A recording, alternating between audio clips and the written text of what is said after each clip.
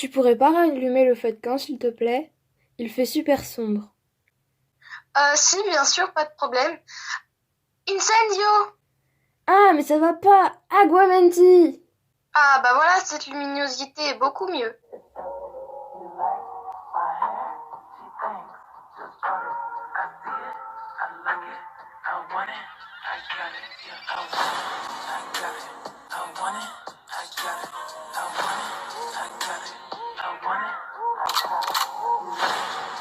Bref, Salut à tous!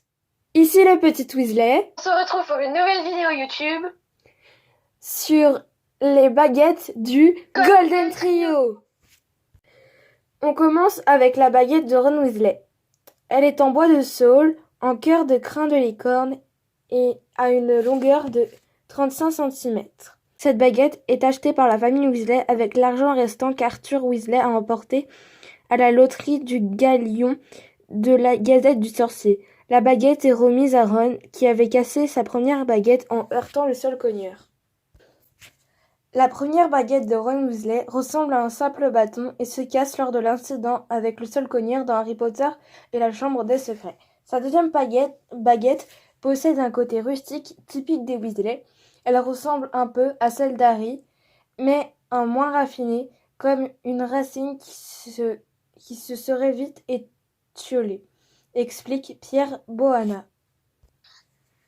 La baguette d'Hermione Granger est fabriquée dans du bois de vigne avec un cœur de ventricule de dragon et une longueur de 27,30 cm. Elle a été fabriquée par Garrick Ollivander. Cette baguette a été utilisée par Hermione lors de sa scolarité à Poudlard. La baguette fut abandonnée au manoir des Malfoy lors de leur fuite de celui-ci. La baguette d'Hermione Granger est sculptée à la main dans un bois typiquement britannique, proche du tilleul. C'est un bois dur de taille complexe. La baguette est légèrement teintée pour mettre en valeur le lierre qui s'enroule tout autour jusqu'à la pointe. On passe à la baguette de Harry Potter. Sa baguette est en bois doux, en plume de phénix, mesure 25,5 cm. Elle est très souple, facile à manier, sœur de la baguette de Tom Jedusor. Cette baguette a été fabriquée en 1991 ou avant avec une plume de phénix de Dumbledore, Fumsec. Fumsec a également donné une de ses plumes à une autre baguette qui se trouve être celle de Voldemort.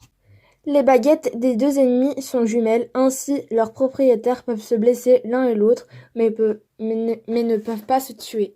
Daniel Radcliffe choisit une baguette très organique, fabriquée dans du bois de rose indien, que les accessoiristes ont sélectionné pour sa couleur, un beau rouge foncé. L'écorce est une interprétation sculptée, mais la coupe a été faite dans un vrai morceau de bois. La poignée provient d'un nodule d'arbre, explique le maquettiste Pierre Bohanna.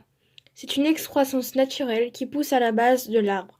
Ça donne beaucoup de caractère à ce qui n'est, dans le fond, qu'un très petit bout de bois. Radcliffe usera près de 70 baguettes au cours du tournage. Donc voici quelques petits bonus. Les baguettes utilisées par les acteurs sont modelées à partir de bois, mais fabriquées en résine. Des vraies baguettes en bois seraient dangereuses à l'usage, ajoute Bohanna. De plus, le bois se déforme ou se casse à cause de l'humidité, de la chaleur et du froid. Ce n'est pas un matériau très pratique à utiliser au quotidien. Emma Watson apprécie particulièrement les combats à la baguette. La chorégraphie est extrêmement originale, confie-t-elle à propos de la bataille du ministère dans Harry Potter et l'Ordre du Phénix. C'est un mélange d'escrime, de karaté et de danse, avec des mouvements qui font penser à Matrix. Ça donne quelque chose d'unique, très élégant et posé. Pour Emma, c'est en voyant cette scène qu'on se rend compte et qu'on est impressionné par ce que les sorciers sont capables de faire. Au départ, J.K. Rowling envisage les baguettes comme de vieux bâtons, explique la dessinatrice Hattie Storey. Dans les deux premiers films, elles sont donc simples, droites et dépourvues d'ornements. Pour Harry Potter et le prisonnier d'Azkaban, le réalisateur Alfonso Cuarón va adapter leur apparence en fonction de chaque sorcier. Il fait fabriquer plusieurs modèles originaux, parmi lesquels les acteurs font leur choix. Voilà, on espère que cette vidéo vous a plu. Si c'est le cas, n'hésitez pas à mettre un petit like, un commentaire ou à vous abonner à la chaîne. Bye les sorciers, Aguamenti!